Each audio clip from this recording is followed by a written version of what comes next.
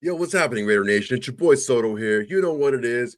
Raiders versus the world, talking about the teams the world loves to hate, your Las Vegas Raiders. All right. Today's the day. I'm releasing this Thursday, draft day, April 24th, 2025. A lot of stuff happening right now. A lot of different rumors, a lot of who they're going to pick, what they want to do, if and scenarios. Look, at this point right now, all the scenarios have been run through like so many times. It's ridiculous. The brass with the Raiders should not be caught off guard by anything. If there is a surprise, it should be a player that they did not think that was available to them when they pick. If that's the case, it's not a hard move. This guy's way far up the board from anyone else, and they just drop back. You just take them, right? That's why a lot of this stuff right now, who's making the pick in the war room, this and that, blah blah blah. That's like for the movies. Okay, all this stuff has been discussed ahead of time. The board is set, and that's it. The hard work is done. This is all negotiation. This is all smoke and mirrors and all this stuff. We're going to get to a lot of the stuff coming up right now as far as the draft goes. But before we do, I want to make sure everyone please to like, comment, and subscribe. It's a great way to support this channel. It's absolutely free to subscribe. And it's the bare minimum you can do to support the channel besides doing absolutely nothing and just watching the video, which of course I do appreciate. And if you find it within your heart, please just share it to your socials. Say, hey, Raider fans out there, this guy's dope. Follow this guy. Give this guy a listen. Give this guy a follow. He's a true Raider fan. All right, let's get to it. All right, guys, if you hadn't noticed, I got the new draft hat. There's only one nation, and that's Raider Nation, baby. That's us. We got the freaking Death Star right here kicking it. I love it. Look, a lot of rumors going on right now. Most of the mock drafts. Now, a lot of you guys are sick of mock drafts. And for the most part, a lot of them are just a bunch of fluff. If the person is not like a scout or like an insider type person, like I'm talking about working for an actual team, like a beat writer, it's just a bunch of fluff, right? I hate to say it, but if the guy works for like ESPN or those types of places, they're just glorified script readers, okay? And they're being fed information by scouts, or not scouts, but like by agents to like, mess with things, and it doesn't make a lot of sense, a lot of these mock drafts. That's why I like Dane Brugler's Beast mock draft, because he's not any of that. This dude is a straight up scout. He freaking grinds tape and he puts out the Beast every year. And it's a very comprehensive list of everything for most of the draft eligible players out there. And that's why I put a lot more weight into his mock. Now, up until now, a lot of the mocks have been saying Ashton Genty at 6, Ashton Genty at 6. Well, there could be a little bit of a messing around with that right now, because there's a heavier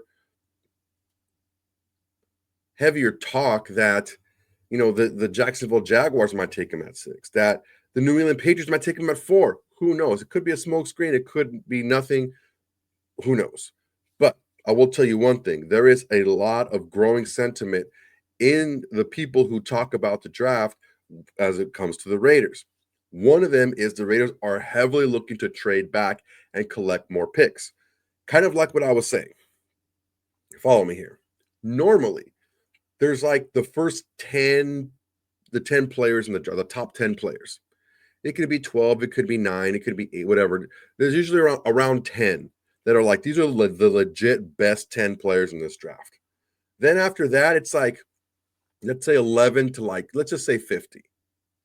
11 to 50, which is, the middle of the second round. So middle of the first to the middle of the second round. It's normally like those guys can, there's guys that are in groups. This is the next 10 or whatever. But if, let's say, a guy that could end up going 35, 40 ends up going 28, is it a crazy thing? Not necessarily, but, they're in the same realm. Then after that, you have like 51 to like 100, 110-ish, like that, something like that. And then the rest of it's a crapshoot. This year, it's a little bit different. because of the strength of a lot of these position groups, like running back, like interior offensive line, like defensive line, and even in some cases, wide receiver, if you go for depth, there's like you get, and also there's a lack of elite players in this draft. There's only about, I think there's 4 elite players that were elite in college. 4. That's my belief. Watching tape, listening to what people say about these guys, matching up scouting reports with tape that I've watched, is Travis Hunter, Abdul Carter, Mason Graham, Ashton Genty. Those were the 4 guys that popped off the most on tape. Are they going to be the first 4 taken? No, because there's quarterbacks here, different needs, this and that, blah, blah, blah. But those are the 4 elite players. Normally there's like maybe 8, 9, whatever. Because of that, there's really only, I would say, maybe 5 or 6, 7 at the most, kind of like blue chip prospects out there. After that, it's like 8 to like 70.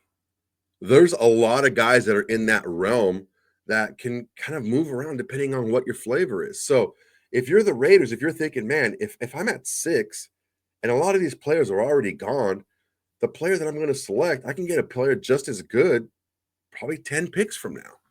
So that's one of the big rumors right now. Is Raiders looking to trade back and get more picks.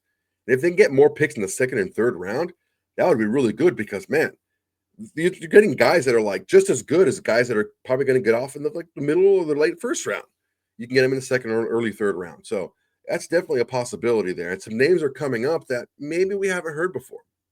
First off, let's talk about Ashton Genty and why he would be a great pick. There's some reasons why you should take him, and there's some reasons why you shouldn't. The reason why you should take him, this guy's electric, man. He can do anything on the football field that you ask of a running back. He doesn't need to work on his pass protection, but he didn't really have to do it. I don't have an issue with his football IQ or his athletic acumen or anything like that to be able to pick it up.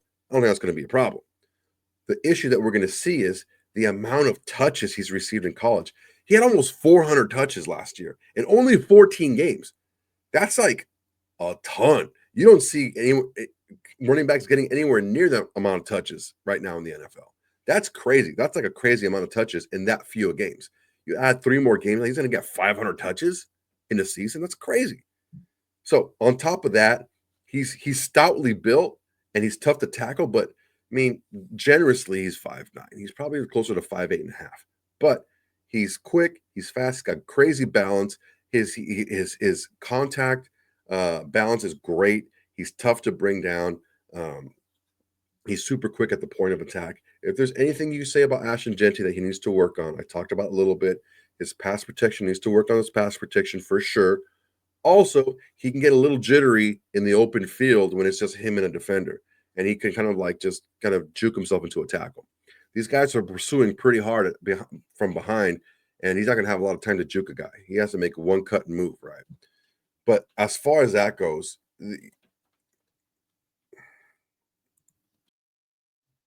but other than that, Genty's a freaking stud, okay? And I wouldn't have any problems with the Raiders taking him. The issue that we're going to see here is the Raiders have been doing a lot of homework on Ashton Genty, specifically Ashton Genty. And that can go one of 2 ways. And this is one thing that a lot of people are not talking about. Follow me here, okay? Follow me. You can be doing a lot of homework on a guy because you want to take that guy, or you could be doing a ton of homework on a guy because you don't really see the difference between him and a guy later on down the road. The reason why they can be doing a lot of homework on Ashton Genty is what makes him so much better than player X. Now, if you're saying player X, you were thinking like Henderson or Judkins from Ohio State because they have a connection to Chip Kelly, right? And that's a pretty close connection. You're looking at, okay, well, I know these guys really well. If you're a Chip Kelly, I know these guys were my 2 running backs, and they did everything I asked of them. Okay, great. Why would Genty be so much better that we have to spend a pick in the 1st round to get him in the top, in the number 6 overall? It could also be that. So just keep that under your hat. I'm not saying that it's going to happen, but I think it's very possible, bordering on probable, that the Raiders are at least going to make a big push to trade back. Now, who do they target if they trade back? Well, Mason Graham's not going to be there. Will Campbell's not going to be there. Armand Membu's not going to be there. If they trade back, like let's say to like 8 or 9 or even 10, they're not going to be there. But Kelvin Banks Jr. may be there. Now, I understand that he was probably one the okay. He was probably the lead tackle coming into the season, like the number one tackle out there.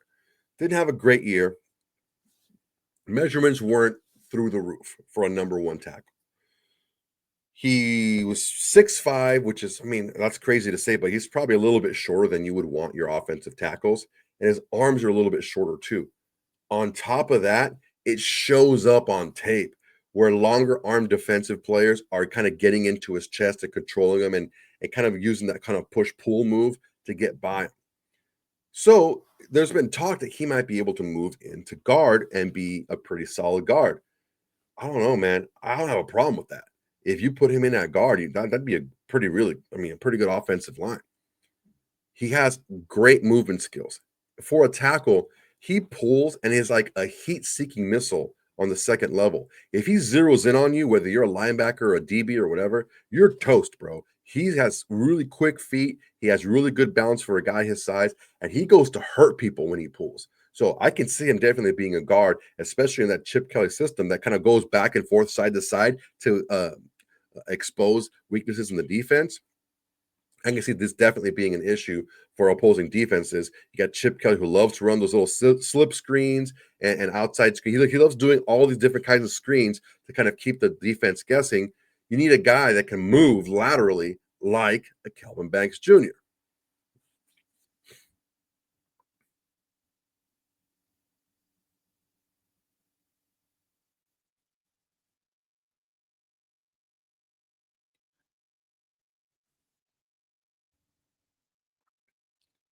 The pro comp for Kelvin Banks Jr. is Elijah Vera Tucker from the Jets. Now he played at USC, so I've saw a lot of Elijah Vera Tucker, and he was the same type of way. He played center, he played guard, he played tackle, and he's now a guard in the NFL. And I think he's an excellent player. I wanted the Raiders to get him, but he just didn't like. He didn't make it to the Raiders when they picked. But I mean, Kelvin Banks Jr. putting him at guard, that'd be a pretty nice little combination of Parham, JPJ, and Kelvin Banks Jr. in there. You're making a group really good. So going along the same lines of what Spytek's done in the past, and also Pete Carroll's wanted to do, they want to fortify the lines. Well, they fortified the defensive line by bringing back Kuntz, by bringing back Adam Butler, and there's going to be more guys available later on in the draft. But if you get this Kelvin Banks Jr. kid and you put him in at guard, you're now strengthening your offensive lines. You're going to have a strong offensive line and a strong defensive line. That's kind of a building block for the future. Another guy out there is Jalen Walker. Jalen Walker, he's about 6'1", 240, 243 around there. He's a linebacker slash edge. And I don't know, man. I think he's a stud, but I don't know that he's equipped to be a full-time edge rusher yet. He doesn't have a lot of experience doing a lot of the things that a linebacker has to do in the NFL. He doesn't have a lot of experience in coverage, right? He doesn't have a lot of experience, beating blockers to the point of attack. He kind of runs into blockers more than he runs around them or through them. And that's a big problem in the NFL. If you're not instinctive enough as a linebacker to kind of diagnose a play in a snapshot and be able to get to the point of attack and make the tackle, more often than not, these really big athletic offensive linemen are going to eat you alive. I think that Jalen Walker is more of a fit to be a straight up like situational pass rusher, Bruce Irvin type of guy until he figures it out a little bit more. Is the 6'1" a problem? No, because he has really long arms and he can duck and dip underneath a lot of the offensive tackles who are a lot taller, 6'7", 6'8" guys, 6'6", 6'7", 6'8" guys in the NFL. And he's plenty strong in his play strength. What we're going to see here is if you're drafting a Jalen Walker, especially in the first round, you're not going to have him out there doing a bunch of stuff that he doesn't do really well, which is a lot of the linebacker coverage stuff and a lot of the run scheme recognition things. His main thing is he's athletic and he can get after the passer. And ultimately, it can work for you if you put him in that role, but he is going to need to learn how to play the run a little bit better. With his long arms, he can stack. He is strong enough, and he's pretty stout at the point of attack if he's able to stack the offensive lineman. But when you draft a guy this high in the first round, I don't know that you're going to want to necessarily have a guy with this many holes in his game, especially when you have a guy like Malcolm Koonce, who's shown to be a pretty productive player at that same role. And also you have Tyree Wilson, who's, I mean, yeah, he is who he is, but it's another guy that we spent a high pick on. I don't know if doubling up on that is going to be, necessarily the way to go. I think we would get a much bigger bang for our buck if we go with the offensive line. All right, guys, that's my time for today. There's a little bit of things that I've been hearing. The Genty thing, maybe, yeah, we're going Ashton Genty, or it could be we're looking at Ashton Genty because what is the actual difference? Is it that much? And John Spytek actually talked about it. He said, what's the difference between going first round this guy or getting the next guy that we like in the second or third round? What's the big difference? Are they still going to be able to work in our scheme? And that's the puzzle pieces you have to put together. Do you overdraft a guy? Do you get a guy that falls to you in the later rounds? Who knows, man? But that's the beauty of the draft. Everyone thinks they have a home run draft until they get on the field and you start playing, and then you see what actually is going on. All right, guys, that's my time. I appreciate it. I am going to go live for our pick. So as soon as the Jacksonville Jaguars are on the clock, I will go live, and I will be live for our selection in the first round. I'm not going to do it for the other days because there's going to be a lot of time in between picks. But for the first round, I will be live, and then I'm going to stop. I'm going to watch the rest of the draft, and then I'm going to go on a live show after to discuss the draft, okay? So, guys, if you're watching this on Thursday before the draft, make sure to join me during the draft for our selection and then after for a recap. All right, guys, appreciate you guys. Make sure, please, to like, comment, and subscribe to this video. It's a great way to support the channel. It's absolutely free, and it's the bare minimum you can do to support the channel besides doing absolutely nothing and just watching the video, which I do appreciate. So, guys, this is a community just for Raider Nation. It's us in here. We can argue. We can give our points. We can laugh. We can cry. We can get frustrated. We can get happy. All that stuff in here, because once we leave here, it's everybody against us because it's Raiders versus the world. All right, guys, that's my time. Until next time, everybody, peace.